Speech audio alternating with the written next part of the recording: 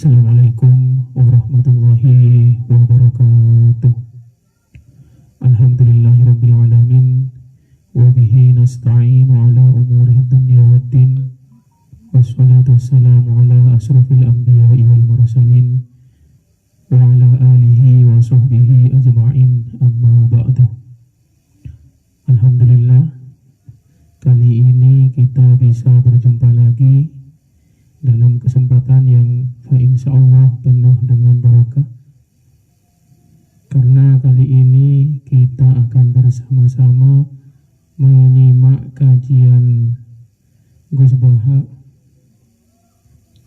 di mana kajian ini membahas bagaimana kita seharusnya memilih pemimpin.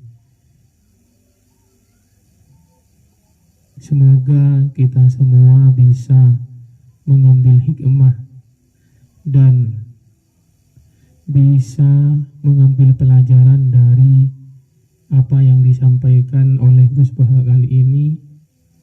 Tanpa panjang lebar, mari kita saksikan bersama-sama video dari beliau yang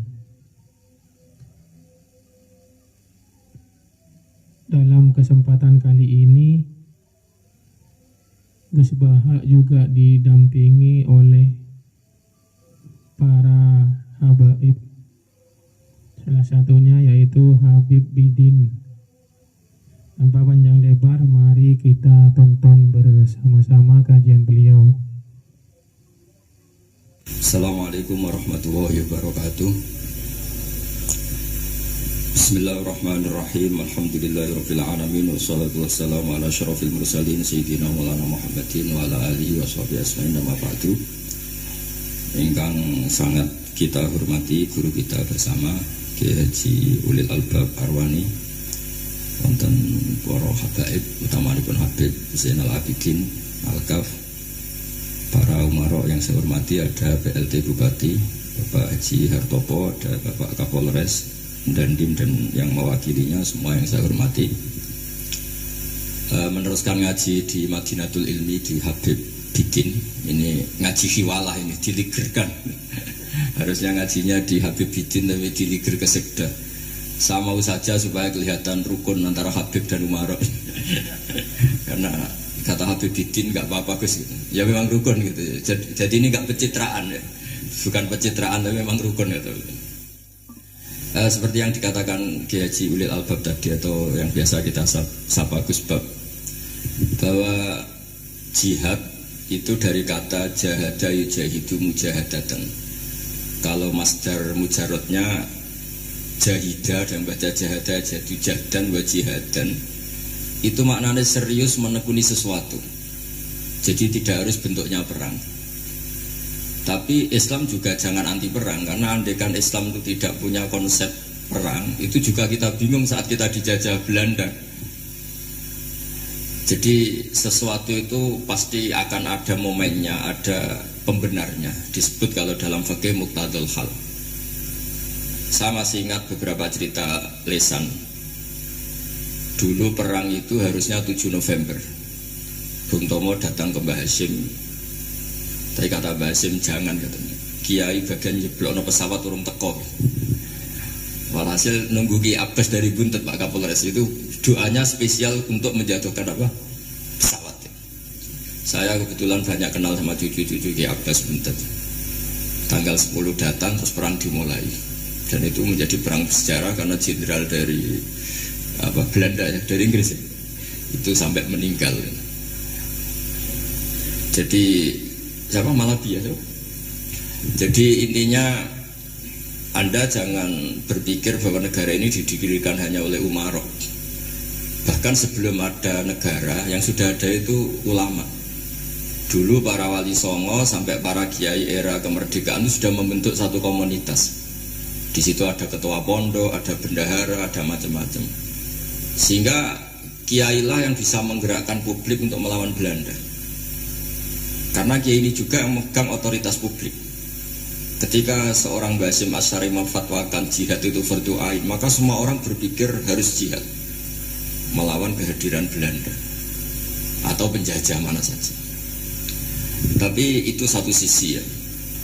Di sisi yang lain, bahasa Arab itu ada sisi uniknya. Kalau menamai penjajah itu musta'marin atau al-istimar.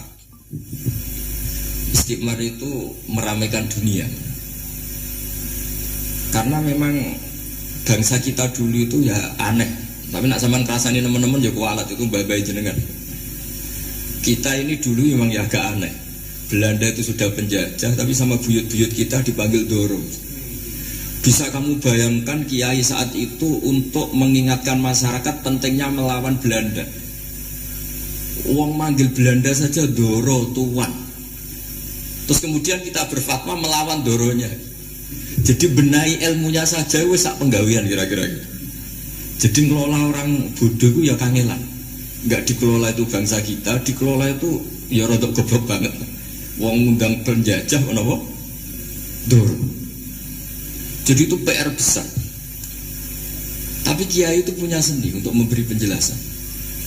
Makanya di antara kelebihan ulama itu pasti warasatul anbiya itu di fatona ada unsur kecerdasan. Cerdas itu seni mengelola pikiran manusia, itu namanya cerdas. Makanya saya berkali-kali kalau ngaji harusnya orang itu semuanya pengagum ilmu, jangan pengagum fakta, tapi pengagum ilmu.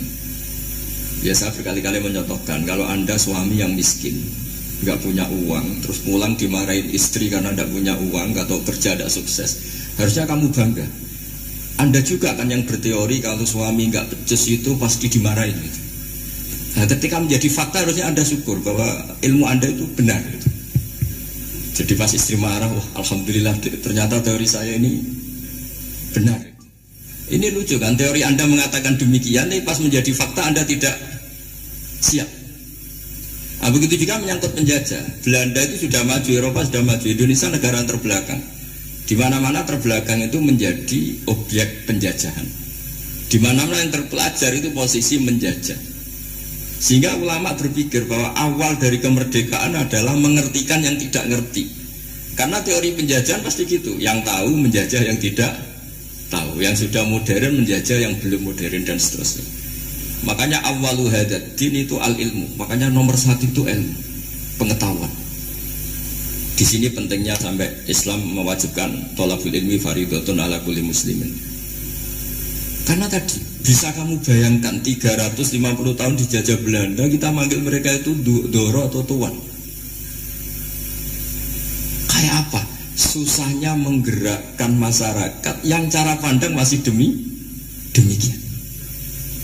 Lah kiai-kiai pada berontak dibikinkan masjid di alun-alun, diberi otoritas beragama sehingga dikira Belanda ini baik. Padahal ini dulu ya niatnya menina bubukkan biar tidak ada pemberontakan. Walhasil singkat cerita, kiai-kiai yang sudah di Mekah termasuk Mbah Hasyim, beliau ketemu Muhammad Iqbal, ketemu beberapa ulama dunia, tahu bahayanya musta'marin tadi. Terus akhirnya kiai-kiai kumpul-kumpul fatwa resolusi nopo jihad.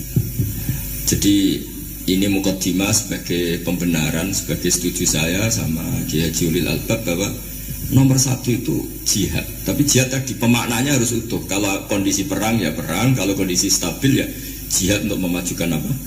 Indonesia. Itu saya ulang lagi dimulai dari ilmu. Sebelum saya ngaji Minhajul Thalibin saya cerita ilmu itu apa? Ilmu itu sederhana, sesuatu yang mudah. Karena ilmu itu fitratallahi allati fataran nasa napa? Misalnya begini, saya orang miskin, nggak punya apa-apa.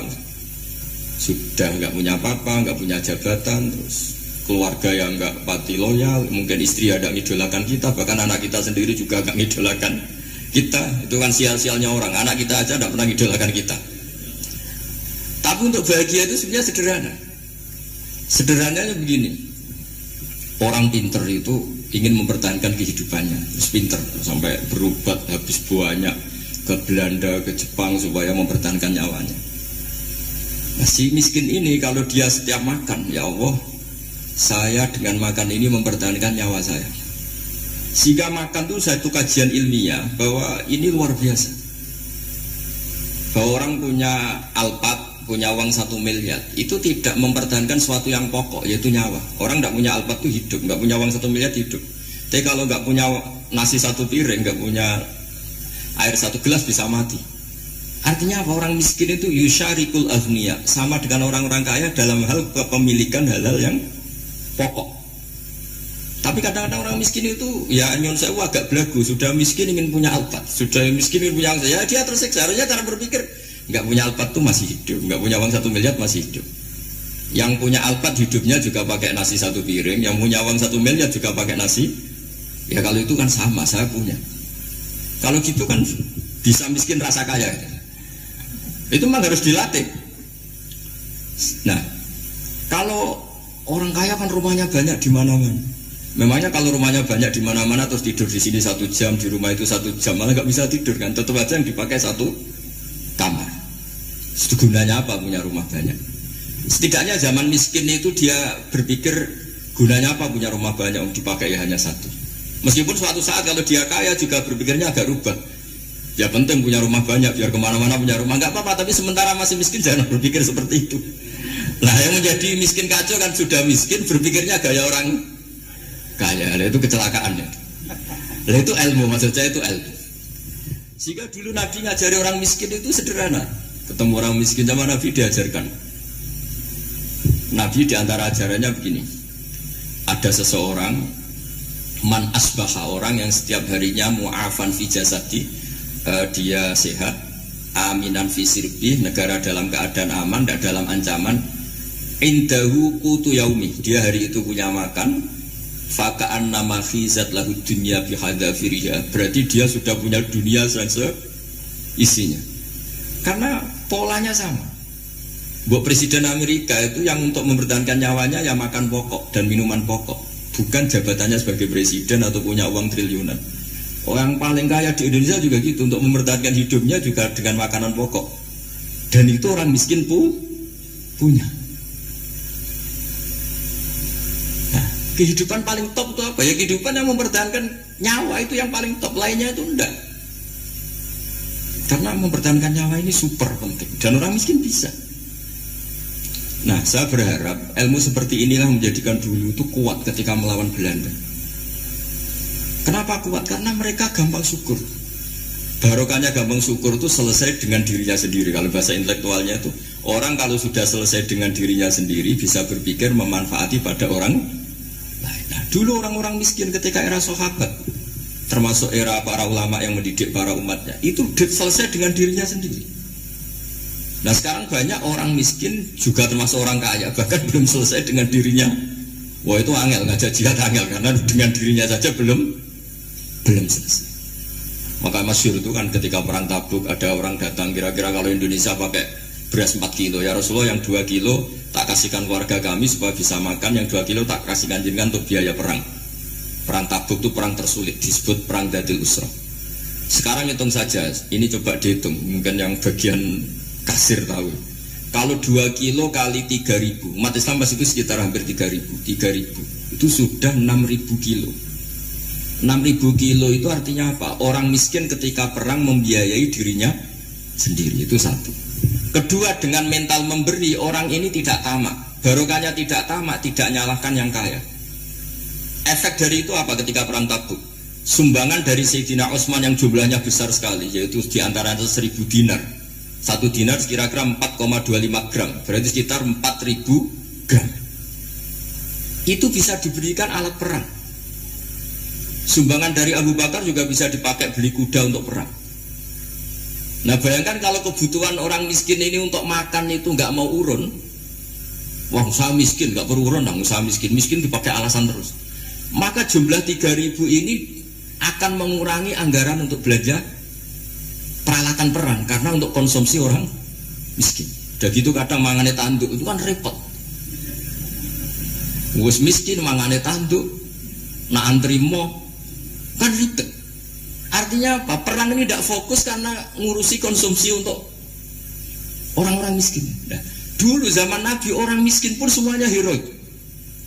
Mereka dibantu gak mau, inginnya bantu. Sampai dicibir sama orang munafik. Apa gunanya sedekah 2 kilo? Perang ini perang besar antar negara. Pas itu mau perang melawan Romawi. Sampai orang munafik bilang alladzina almizuna almuttawwi'ina minal mu'minina fis sadaqati walladzina la yajiduna illa juhdahum faskharuna minhum. Orang-orang munafik digambarkan Allah orang-orang yang mencibir sedekah kecil. Untuk perang besar kok sedekahnya hanya 2 kilo. Tapi yang mahal bukan 2 kilonya. Kalau ada 1 juta orang miskin menyumbang negara 20.000, itu artinya apa? Kita punya rakyat yang inginnya hubungannya dengan negara memberi. Tapi coba kalau kita 2 juta rakyat yang inginnya dari negara mendapat, pegawainya demo ya. Nah ini ajarannya Nabi yang luar biasa. Dulu Nabi itu bisa mendidik orang miskin pun bermental memberi. Nah barokahnya bermental memberi ini mereka selesai dengan dirinya sendiri. Coba kalau mereka tidak bawa makanan sendiri ketika perang, mungkin kuda yang untuk perang, terus mereka berpikir, ini saja disembelih supaya kita bisa makan. Ribet kan? Ngapain beli senjata yang mutakhir, makan saja nggak bisa.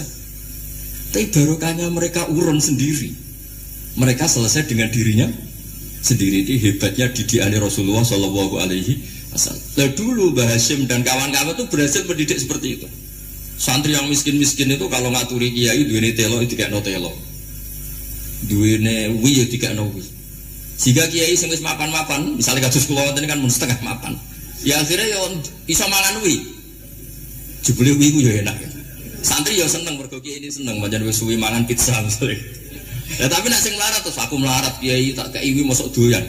Wis melarat medhit de alasan kan ribet kan. Ini yang perlu dihilangkan. Medhit kok berargumentasi. Yang mahal itu bukan winya, mental memberi. Orang itu kalau mentalnya memberi itu berarti selesai dengan dirinya. Tapi kalau tidak bermental memberi pasti tamak. Dan tamak itu mesti menghakimi orang lain. Maka dalam kitab Hikam diterangkan penyakit terberat itu tamak. Kenapa? Karena orang pikir itu tidak ada kata-kata kitab Hikam, bukan kata saya. Yang ada itu tamak. Misalnya gini, saya kenal PLT Bupati Kudus. Tidak pernah saya bilang beliau kikir. Tapi sekali saya pernah mengajukan proposal tidak kesampaian. Wah, beliau medit. Jadi saya menvonis medit itu sebetulnya ya karena punya keinginan tidak kesampaian. Coba kalau tidak, medit itu serap penting. Misalnya anak-anak muda sama orang-orang cantik di Jakarta, pernah nggak kamu bilang itu sombong? Enggak kan?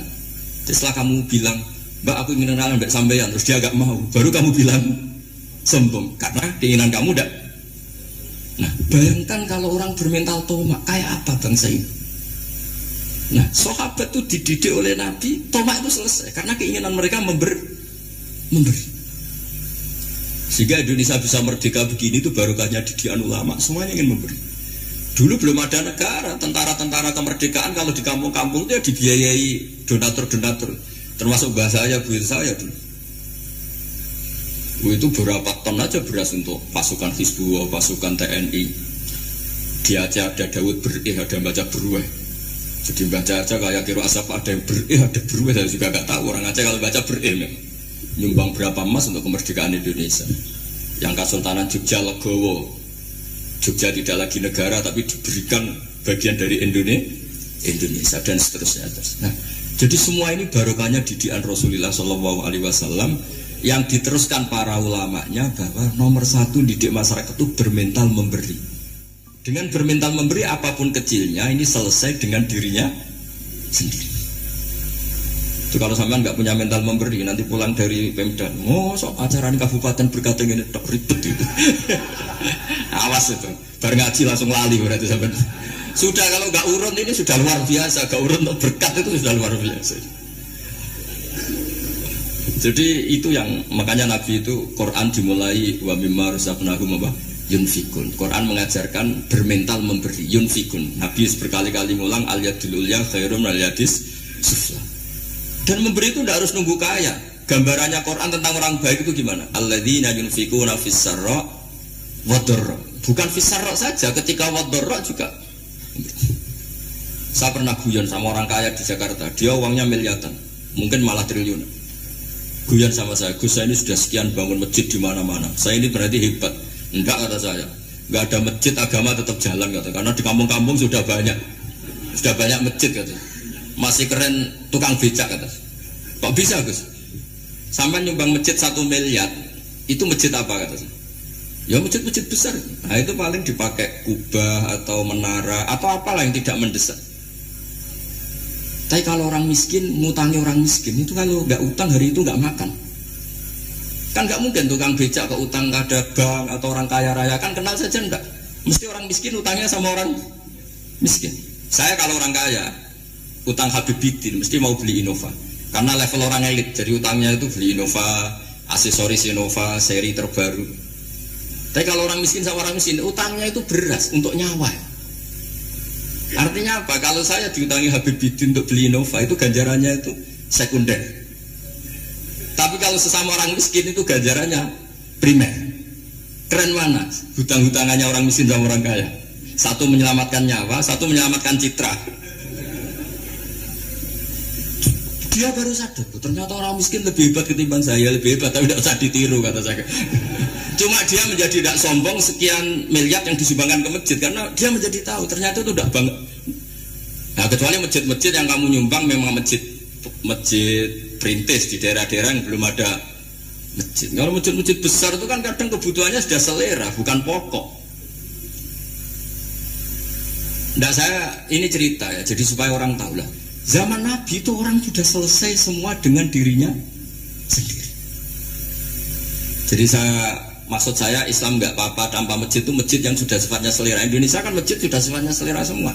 Yang dikatakan masjid pokok kan yang dipakai sholat bisa, dipakai alat sesuci bisa. Tapi kalau sudah selera ya pondasinya harus begini, lampunya harus dari kristal, terus kubahnya itu sudah selera.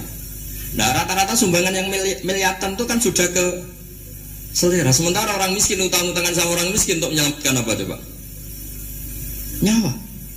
Artinya para orang miskin jangan kecil hati. Wah saya sudah kok hanya 2 kilo, tapi 2 kilo nyawa. Dan itu pahalanya luar. Nah ini ilmu maksud saya. Nah Kiai itu berhasil seperti itu sehingga orang-orang miskin dulu itu ngurmat tentara itu ya nganggo wi, nganggo telo, bahkan ada yang pakai apa itu Pak Hartopo itu pisang itu, arasnya pisang itu. Bronggolnya pisang sudah dipakai saja Pak tentara. Tentara di mana-mana bisa makan. Coba kalau yang ngamal yang kaya itu tidak cukup. Tapi barokahnya yang miskin juga ikut ngamal itu cukup karena yang miskin itu mayoritas. Jadi didukung kaum miskin itu pasti menang lah kan kira-kira gitu. Karena di mana-mana orang miskin itu banyak. Menemukan orang kaya itu nyari data. Kalau menemukan orang miskin seketemunya pasti ketemu.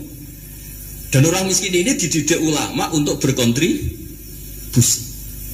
Sehingga banyak tentara ketika dicari Belanda pura-pura jadi petani. Ini juga yang menyelamatkan orang miskin. Nah, ulama dulu itu orang paling sukses mensuasanakan seperti itu. Nah, itu yang diceritakan di perang Tabuk. Mimpa di maka tazihu qulubu fariqin minhum. Jadi perang Tabuk itu perang di antara yang paling diceritakan Allah berkali-kali apa? Ya Rasulullah tadi malam saya buruh dan ini dapat 2 sok ya kira-kira berapa kilo lah. Yang separuh untuk keluarga kami, yang separuh saya sumbangkan ke jenengan. Lu coba perang antar negara hanya menyumbang 2 kilo beras, bayangkan. Tapi nilainya bukan 2 kilo. Kalau 2 juta rakyat Indonesia nyumbang 2 beras, artinya hubungannya dengan negara hubungan ingin memberi.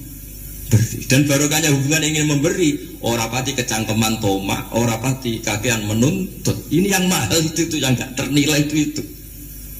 Dan itu menjadi kekuatan yang luar biasa sehingga umat Islam bisa mengalahkan pasukan Romawi. Nah Indonesia dulu kira-kira seperti itu prakemerdekaan. Ya itu saja sebagai mukaddimah Hari Santri. Terusnya ngawas Minhajul Thalibin. Ini sudah sampai bab salam. Kemarin bab sujud, sekarang bab salam. Bismillahirrahmanirrahim. Watsani asyara assalam. Ya kita tahu secara i'rab kalau sani pakai i'rab isim mangkus, tapi untuk asyara tetap mabni nasab, mabni fathah maksudnya. Jadi semua ulama ngendikan adat mulai ahada asyara sampai tis'ata asyara tetap berstatus mabni apa? Fathah. Sehingga di Quran inni ra'aitu ahada asyara kaukaba. Terus di surat Mudassir alaiha tis'ata asyar. Padahal itu jadi mubtada muakhir. Berarti alaiha itu tetap yang ngatasin rokok tis'ata asyara utawi 19. Tetap bacanya bukan tis'atu asyarin tapi tis'ata asyara. Jadi kita tahu secara hukum nahwu adat mulai ahada asyara sampai tisata asyara itu mabni apa? Fathah. Cuma khusus sani asyar yang saninya ini berstatus mangkus karena ada yaknya itu. Wasani asyar assalam wa aqalluhu assalamu alaikum wal asoh jawazu salamun alaikum. Kultu al asoh al mansus la yujzi'u. Jadi ulama itu ya lucu. Yang satu bilang al asoh boleh salamun alaikum tanpa al. Tapi kata Imam Nawawi al asoh harus assalamu alaikum. Sama-sama diklaim sebagai kaul paling apa? Asoh. Karena seperti kita tahu dalam bab fikih perkhilafan ulama itu rahmat. Ya saya ulang lagi, perkhilafan ulama itu rahmat. Contohnya ya ini, saya ulang lagi ya. Nomor 11 itu. Wasani asyar iku assalamu. Ya terus di sini disebut wa aqalluhu iku assalamu alaikum pakai al, assalamu alaikum. Wal asohu te kaul sing asoh iku jawazu salamun alaikum olahe nglafatno mu salamun alaikum. Terus kultu Dewi Imam Nawawi al-asoh al-mansus la yujzi'uhu wallahu a'lam. Jadi menurut Imam Rafi'i boleh salamun alaikum tidak pakai apa? Al. Itu juga diklaim sebagai al-asoh. Tapi menurut Imam Nawawi yang al-asoh harus assalamu alaikum, tidak boleh salamun alaikum. Terus wallahu a'lam wa annahu la tajibun niyatul khuruji. Jadi ketika Anda salam tidak harus niat keluar dari apa? Salat. Dengan kamu salam berarti otomatis keluar dari apa? Salat. Nah ini menjadi problem menurut pemikiran banyak ulama karena ketika masuk salat harus niat masuk salat. Karena ketika kita takbir kan bisa takbir demo. Ya kan? Kan macam-macam kan? Makanya untuk membedakan itu kan niat. Memang ini kata ulama, bukan kata saya. Sekedar melafadzkan takbir ini kan demo ya takbir. Kamu kagum sesuatu juga takbir. Orang Indonesia itu kadang orang nggak sholat pun bilang subhanallah. Memang sudah jadi bahasa nasional. Kalau kaget tuh bilang subhanallah. Saya punya kenalan Cina itu kalau punya uang ya mau alhamdulillah. Tak tanya kok bilang alhamdulillah. Orang-orang Islam tuh kalau seneng bilang alhamdulillah. Yang ribet itu kubu sebelah. Kalau orang NU mau layasol itu mana tanya, Gus itu doa orang makan. Kok bisa? Biasanya orang NU kalau makanan sudah keluar mau layasol ribet. Aduh repot itu. Jadi kadang-kadang wiridan itu sudah jadi bahasa nasional. Jadi Cina orang nggak sholat tuh kalau punya uang ya bilang alhamdulillah. Kadang orang yang nggak sholat tuh tanya, datang ke saya insya Allah. Ya ribet. Makanya ulama itu berdebat. Lafaz-lafaz seperti ini itu apakah wiridan apa adat? Nah untuk membedakan adat dan yang lain maka dibutuhkan niat. Makanya Allahu Akbar harus niat untuk masuk sholat. Nah normalnya salam juga harus niat keluar sholat. Biar karena masuknya niat ya keluarnya harus niat. Itu menurut sebagian ulama. Tapi sebagian yang lain enggak lah, kalau selesai tidak perlu niat. Tapi tadi sebenarnya ada problem. Jangan-jangan salam ini salam adat. Kebetulan ada temannya masuk terus bilang assalamualaikum, nanti temannya jawab waalaikumsalam. Itu ada kisah nyata. Ini memang naif betul ini. Ada orang alim sholat. Nah, ketika ada yang mau lewat itu kan dihadangi begini ya. Jadi dihadang gini ya, itu bidin. Yang lewat tuh karena saking nggak pernah ngaji, tidak salaman. Kagetnya bukan main itu. Ada orang sholat, ada orang mau lewat. Kan kesunatannya dihadang begini. Sisi ini santai saja malah ngajak salaman. Ribet ngadepi orang tidak tahu itu ribet. Ya tambah bingung kan, diliwati saja bingung, apalagi sekarang diajak salaman. Kan memang nggak sambung, kulturnya itu nggak sambung. Nah itu kalau kita bilang assalamualaikum terus pikir kamu waalaikumsalam. Ya ribet, memang ngadepi orang tidak tahu itu ya ribet. Makanya ya agama ini, ngelola agama ini memang. Nah barokahnya ngaji fikih itu beginilah, saya sering cerita. Misalnya kita hafal fikih, takbir itu wajib, rukun. Tapi bentuk ngangkat tangan itu sunnah. Itu barokahnya Masya Allah. Andai kan kita menentukan kefiahnya, mungkin kita sok suci. Itu pernah ada peneliti cerita ke saya, Gus saya ini orang NU itu pusing ya. Kenapa? Takbirnya beda-beda. Itu takbir berkali-kali itu madzhab apa? Jadi orang was-was cobalah bertobatlah itu jangan sampai jadi madzhab baru. Kalau yang was-was orang bodoh gak masalah. Coba kalau dia orang alim alama, nanti muridnya juga niru. Oh ternyata takbir yang saya itu 3 kali loh. Oh ternyata takbir yang saya itu 7 kali. Itu kalau dia jadi imam. Kalau dia jadi makmum nyampai ini pinggirnya sampai pinggirnya takut kan bulan baleni. Ada yang kayak orang gak punya uang. Allahu Akbar tangannya diangkat separuh saja enggak. Itu kan, tapi itu enggak ngefek di Indonesia karena dari awal kiai-kiainya ngajarin ngangkat tangan itu nah caranya juga agak ditentukan, terserah kamu. Begitu juga posisikan tangan itu juga sunnah. Sehingga kalau sampai ke Turki atau kemana-mana itu ada yang kayak orang baris, ya kan? Habis takbir ya sudah. Ada yang sendakap, sendakapnya beda-beda. Ada yang nutupi iga yang hilang katanya, sampai begini. Ada yang santai begini. Oh semua nggak jelas. Sehingga itu kalau di militer ini ada Pak Dandim itu juga bingung ini nggak protap ini kan. Jadi kalau di fikih itu memang kalau sekali nggak diwajibkan terserah masing-masing. Ada yang kayak orang baris, ada yang sendakep begini katanya apa nutupi iganya yang hilang. Wadah yang sambil rasa-rasa macam-macam. Tapi barokahnya ilmu fikih itu diputuskan memang dari awal tidak wajib. Yang wajib itu takbirnya. Maka duduk juga begitu, meskipun kita sepakat duduk tahiyat ula namanya iftiros, duduk tahiyat akhir namanya tawarruh, itu harus kita vonis, kita hukumi sunnah. Cara seperti itu sunnah. Wa ayyu qu'udin qa'ada sohat sholatu, seperti kemarin di Minhajul Thalibin. Dengan duduk gaya apa saja sholatnya tetap. Sehingga kalau kita di Arab, misalnya pas haji, orang Arab itu memang ya agak kacau. Orang Indonesia itu kalau sholat duduk itu kan memang benar-benar sakit. Sakit sudah agak mau mati itu benar-benar sholat baru duduk. Orang Arab itu enggak. Sholat duduk pakai kursi. Sof itu enggak ada orangnya, ada kosong. Itu jalan kaki, kursinya di bawah. Membawa kursi kuat kok sholat duduk. Kalau orang Jawa kan, saya juga iskal. Orangnya kalau bawa kursi kuat dipindah-pindah tapi kok sholatnya. Kalau orang Jawa agak kebayang. Kalau sholat duduk emang benar-benar sakit. Terus saya pernah ditanya lagi sama orang, Gus di Mekah itu kok banyak orang bawa HP, terus kalau ditelepon diangkat soli, itu mazhab apa? Mazhab geblek kata saya. Tapi ini kan orang Arab, kan seakan-akan terus mewakili internasional kan, karena pusat banyak tuh. Ditelepon digoleki telepone wong saya wakeh golek ini tok wis kangelan ya kan. Orang ketemu soli paten. Nah, kita kan diajarin di kiai Indonesia kalau itu membatalkan apa? Jadi ribet.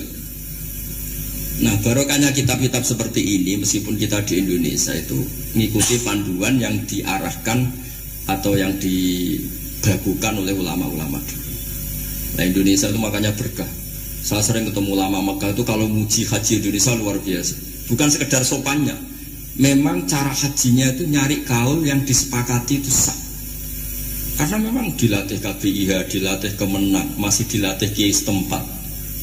Meskipun niatnya ya kadang tidak baik. Saya pernah tak tanya, kenapa kamu latihan haji sebegitu? Kalau sholat kok enggak? Sholat gak sah, gak apa-apa, Gus gak bayar, kita haji. Oh ternyata dia itu sholat bedino atau kursus bekulol. Bareng apa kaji udah takut terang, tak takut. Oh sholat kira tahu takut, nak kaji kok takut. Nah sholat rasa gak iman, Gus gak bayar, kita haji. Sebenarnya kurang ajar kata saya. Jadi ternyata sekarang terkuak. Kenapa orang-orang awam tuh kalau kaji kok semangat belajar? Ya memang begitu ya. Cara ibadahnya orang-orang Arab dan orang-orang Indonesia itu pada umumnya memang lebih beretika orang-orang Indonesia. Orang-orang Indonesia itu selalu ingin menyempurnakan sholatnya, seperti yang dibahas oleh Gus Baha ini, bagaimana ketika orang Arab sholat kemudian ada telepon masuk, mereka sibuk mencari handphonenya, sibuk mengangkat, kemudian menjawab sholli untuk memberi kode kepada yang menelpon bahwa mereka sedang sholat. Di Indonesia tidak ada seperti itu karena diajari oleh kiai-kiai bahwasannya hal-hal yang seperti itu bisa membatalkan sholat. Mari kita lanjut menonton. Semangatnya sama dengan sholat apa di bawah haji jauh sholat itu? Berpuluh-puluh tahun sholat itu dengan gaya yang nggak ada perkembangan. Tapi haji pisan langsung tren. Ternyata karena bayar ya. Apa perlu ditiru? Sholat harus bayar supaya ini supaya. Ya itu alasannya itu. Nah, haji rasa berat Gus, no? Bayar Gus. Nah sholat rasa nggak bayar wae maksudnya. Padahal kalau kita ngikuti as-sholat imaduddin, sholat dengan haji itu afdal mana? Afdal sholat, harusnya lebih serius belajar sholat ketimbang belajar haji. Tapi setahu saya nggak ada kan KBIS ya, kelompok bimbingan ibadah sholat. Jadi ini kritikan saya, semoga didengar ya, coba lah. Padahal Rian Raden Asnawi di Karang pesolatan, supaya orang itu sholatnya benar ya, sholatnya benar. Ya jadi kaji fikih seperti ini setidaknya Anda menjadi tidak mudah mengadili orang lain bahwa sholat itu yang takbir tok yang wajib. Misalnya baca ya Fatihah tok, sehingga kalau ada imam lupa baca surat ya gak apa-apa, memang dari tidak wajib. Jadi pemilahan wajib dan tidak ini penting supaya tidak menghakimi pada yang lain. Jangan sampai perilaku kesolehan itu menjadi bentuk yang mengadili, nggak boleh. Itu Pak Kapolres. Kalau di ilmu fikih itu ada ulama penjaga ilmu itu ekstrim-ekstrim. Dulu ada sahabatnya Nabi namanya Jabir bin Abdullah. Ini ada di kitab Bukhari, di kitab sholat. Ya maksudnya al ilmu tentang sholat. Itu semua yang di masjid itu sudah pakai jubah, pakai gamis. Kalau orang Indonesia mungkin ya pakai hem, pakai baju batik, pakai. Itu dia datang malah gamisnya dicopot, gamisnya dicopot, imamannya dicopot, terus tinggal pakai satu sarung, terus dicancang di sini akidan benatorofaihi ala atik, dicancang begini, kayak cerita-cerita di perang pahlawan itu, hanya dengan pakai sarung satu dikalungkan itu.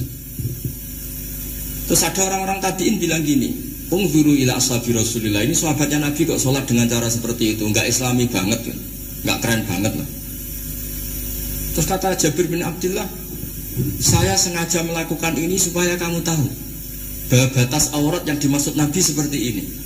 Shalla Rasulullah sallallahu alaihi wasallam fi izarin wahid akidan baina tarafaihi ala atiki. Saya pernah melihat Nabi sholat seperti saya ini. Tapi barokahnya itu akhirnya diketahui kalau batas auratul rajul hanya mabena surah war rukbah. Andai kan tidak ada perilaku Jabir seperti ini, orang akan ngira bahwa syaratnya sholat itu harus pakai jubah, syaratnya sholat harus pakai hem. Akhirnya orang-orang yang kebetulan tidak pakai jubah, tidak pakai hem bingung. Misalnya dia katoan seperapat, pakai kaos, neng tengah hutan, rasa sholat, ngaku ranggo jubah, ribet kan? Artinya apa? Ilmu ini harus dijaga konstitusinya, barokahnya perilaku Jabir ini, orang tahu batas aurat. Jadi yang lainnya itu mukamilah atau kesunatan. Nabi juga seperti itu. Semua sahabat itu tawaf itu musyatan, berjalan. Tapi Nabi sebagai tokoh dan pas itu sehat. Saya ulang lagi, pas itu sehat. Ini hampir semua ulama bilang pas itu Nabi sehat. Nabi malah naik unta. Itu kata Imam Nawawi dalam kitab Masmu, Nabi naik unta itu lebih afdol ketimbang yang jalan. Padahal trennya ibadah kan al-ajul biqadrit. Karena apa kata Imam Nawawi? Itu menjadi konstitusi ilmu bahwa syarat sahnya tawaf tidak harus jalan. Andai kan Nabi saat itu kok ikut jalan, maka dikira di antara syarat sahnya tawaf harus jalan. Maka kita kebingungan ketika pakai kursi roda karena tidak punya rujukan hukum. Jadi barokahnya Nabi pakai berkendara, orang menjadi tahu oh itu berjalan itu tidak menjadi syarat sah. Berkendara juga boleh. Ya ada juga sahabat yang sengaja omong-omongan, maksudnya tawaf kan kudune meneng wiridan, tapi ada aja omongan untuk menunjukkan kalau ngomong itu tidak membatalkan tawaf. Sampai seperti itu ulama menjaga konstitusi ilmu. Makanya nyuwun sewu kayak kita ini yang anaknya tokoh, apalagi ini di sini ada Gus Albab, termasuk ada saya, yang anak-anaknya tokoh itu memang sudah harus mulai dia mulai biasa lah. Karena dulu kalau soleh kebanget, itu yang ngel-ngel orang. Abu Bakar, saya tak cerita Abu Bakar itu soleh banget. Saking solehnya itu. Ini nggak akan ada yang niru, saya yakin. Beliau itu hari pertama diangkat khalifah, hari berikutnya masih dagang di pasar. Singkat cerita ditegur supaya tidak usah dagang, dicukupi negara. Beliau setuju, dapat gaji. Setelah mau meninggal, semua gajinya itu disuruh ganti uang pribadi karena beliau merasa tidak nyaman. Mau mengkhidmati negara kok minta uang, ganti sama uang pribadi, diganti. Nah itu ya tentu tidak wajib, pejabat juga agak minat niru. Nah tapi lucunya apa? Sayyidina Umar ketika Abu Bakar sudah meninggal itu kritiknya lucu. Kamu itu solehnya berlebihan. Ab taman badat, sing repot sing genti. Nak soleh kok jono nemen-nemen. Mesti nak soleh ya dikira-kira lah, jono nemen-nemen. Sakake sing ngenteni repot. Makanya saya sering jagungan sama putra-putrane Mbah Mun itu, nak keluarnya gitu. Abai wis alim, ganteng, pengaruhnya gede, harus diterima semua pihak, repot sing gede. Mengenai keluar khusnuzon, nak kiai kok pas-pasan pun mesti wis dianggap strategi lah dengan cara seperti itu. Loh iya loh, kalau misalnya kita hanya Kapolres itu anak kita kan bisa Kapolda. Tapi kalau kita sudah Kapolri itu anaknya juga jadi Kapolda, belum kayak bapaknya kan. Jadi Kapolres belum kayak. Jadi kalau bapaknya hanya Kapolres kan anaknya masih gampang lah, nanti Kapolda sudah ngelangkai kan. Jadi kadang-kadang itu, artinya ulama dulu itu hebat cara. Makanya kamu jangan kaya-kaya banget, jangan sukses-sukses banget. Kasihan anak kamu nanti ini. Kasihan deh. Makanya saya sebenarnya jadi kiai itu yang ingin bener-bener banget, tapi sakit santriku lah kira-kira. Ini bukan justifikasi, tapi ini cerita saja cerita. Jadi di antara makalahnya Sayyidina Umar yang terkenal itu komentar Abu Bakar itu at-abtaman ba'dak. At-abtan ngel-ngel no siroman ing wong ba'daka sausti siro. Kowe iku terlalu bener sing repot aku penggantimu.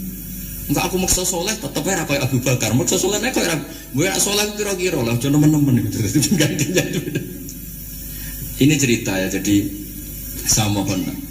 Nah, barokahnya itu juga kesolehan yang massal itu diakui oleh ulama. Termasuk begini misalnya nyuwun sewu, Nabi itu menyebut kesolehan itu ya termasuk wa fi buti ahadikum sedekah, kowe ngeloni bojomu ya sedekah. Ayati ahaduna syahwatahu wa walahu ajrun. Masa urusan gitu dapat pahala ya Rasulullah? Jawab Nabi enteng. Ali salawatu aha fi haramin akana alaihi wisrun. Kalau dia begitu sama selain istrinya kan dosa. Ya berarti kalau sama istrinya ibadah, tidur ya ibadah, kumpul istri ibadah, bercengkrama sama keluarga ibadah. Akhirnya ulama bikin satu hukum yang luar biasa. Di antara hukum yang di kitab usul fikih itu begini, mubah itu udah ada.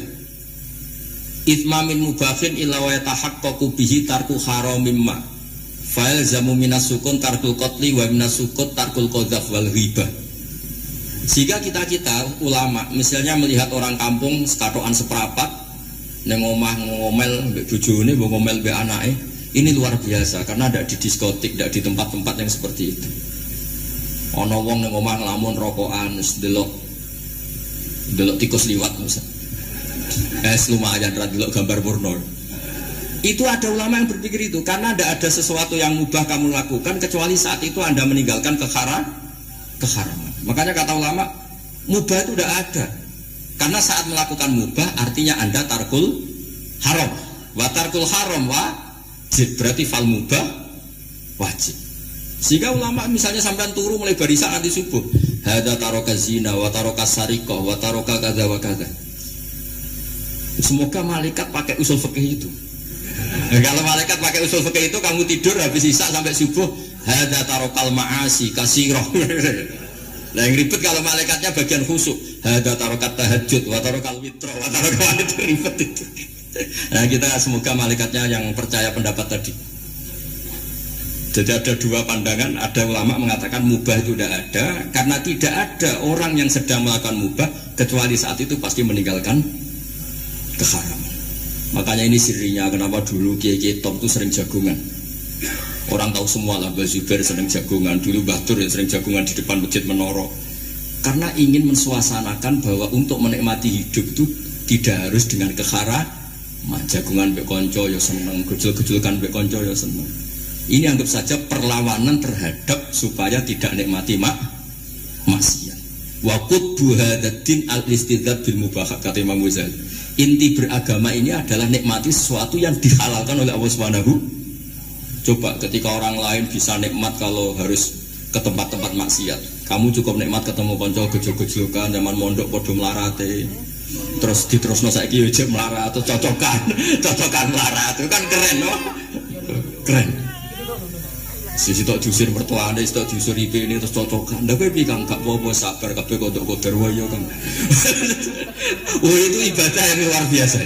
Mergo ridho sama kodok. Dari dia tidak perlu cari nyuwun sewu hiburan yang maksiat. Nah, saya berharap ulama-ulama Indonesia itu mengikuti jejak ulama dulu. Ulama dulu itu kalau ibadah itu ya seperti itu. Jadi jangan hanya melihat ini semalaman kok tidur, tidak witir, tidak tahajud. Oke, dia memang nggak afdol, nggak sempurna, macam kiai pas-pasan naik kan. Tapi ya jangan lihat tarokal witro wa tarokat tahajud, tapi kamu juga harus lihat tarokal dahabila nikla wa tarokat dahabila mahalil mak. Siapa yo sekali-kali muji orang susahnya apa sih? Suudzon itu dikurangi, sekali-kali muji orang lah. Jadi kalau ada orang tidur hada tarokal maasi, alhamdulillah, meskipun ya rada damu sidik tarokal maasi wa tarokat toat, ya sudah lah gak apa-apa lah. Tapi nah di sini terus kualitas. Nah dengan cara itu Anda bisa membaca Quran secara fasih. Wa min ayatihi manamukum billaili wan nahar. Loh, kenapa sekedar tidur kok dianggap wa min ayatihi? Di mana-mana ayat itu kan hal-hal yang luar. Ini tentang tidur saja kok dianggap ayat. Itu bisa dimaknai keren kalau Anda pakai kaidah usul fikih, yaitu dengan tidur berarti Anda meninggalkan sekian maksiat.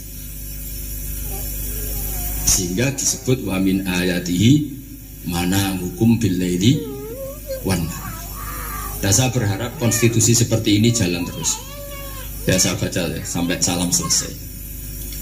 Wa akmaluhu assalamualaikum warahmatullahi marroten yaminan wasimalan multafitan fil ula hatta yura khaddul aiman. Tapi itu hanya akmal ya. Jadi ukuran paling sempurna kalau salam itu melengak ke kanan sampai dengan pengandian ini bisa dilihat dari belakang. Tapi tetap saja itu ukuran apa? Akmal, tidak menjadi syarat sah. Jadi ya sampai melengak gini sampai kira-kira terlihat dari apa? Belakang. Tapi ukuran itu tetap akmal hatta yura khaddul aiman. Profisania satruse alisa terus nawian assalam alaman an yamini wa yasari minal malaikati. Dia meniatkan salam itu kepada orang-orang di sisi kanannya, mulai malaikat dan manusia dan jin. Wayan wil imamu assalama alal muqtadin wahum arrodda alaih wahum yanwauna napa arrodda alaih. Jadi wahum yanwuna arrodda alaih. Jadi imam niat salam untuk makmum, makmum niat membalas salamnya apa? Imam. Tapi itu saya ulang lagi hanya akmal. Terus asal isa asar tartibul arkan kama dzakarna. Jadi pentingnya, jadi jangan kira terus ngaji kalau wasunanuhu wa akmaluhu tidak penting. Itu penting sekali. Barokahnya status akmal dan sunnah ini kita tidak mudah menvonis orang lain karena kita tahu ibadah itu hanya berstatus sunnah. Coba kalau nggak ada ketentuan itu, kita akan mudah menyalahkan orang. Salam kok orang melengak belas itu sholatnya sah atau orang? Padahal dari awal melengak itu statusnya hanya sunnah.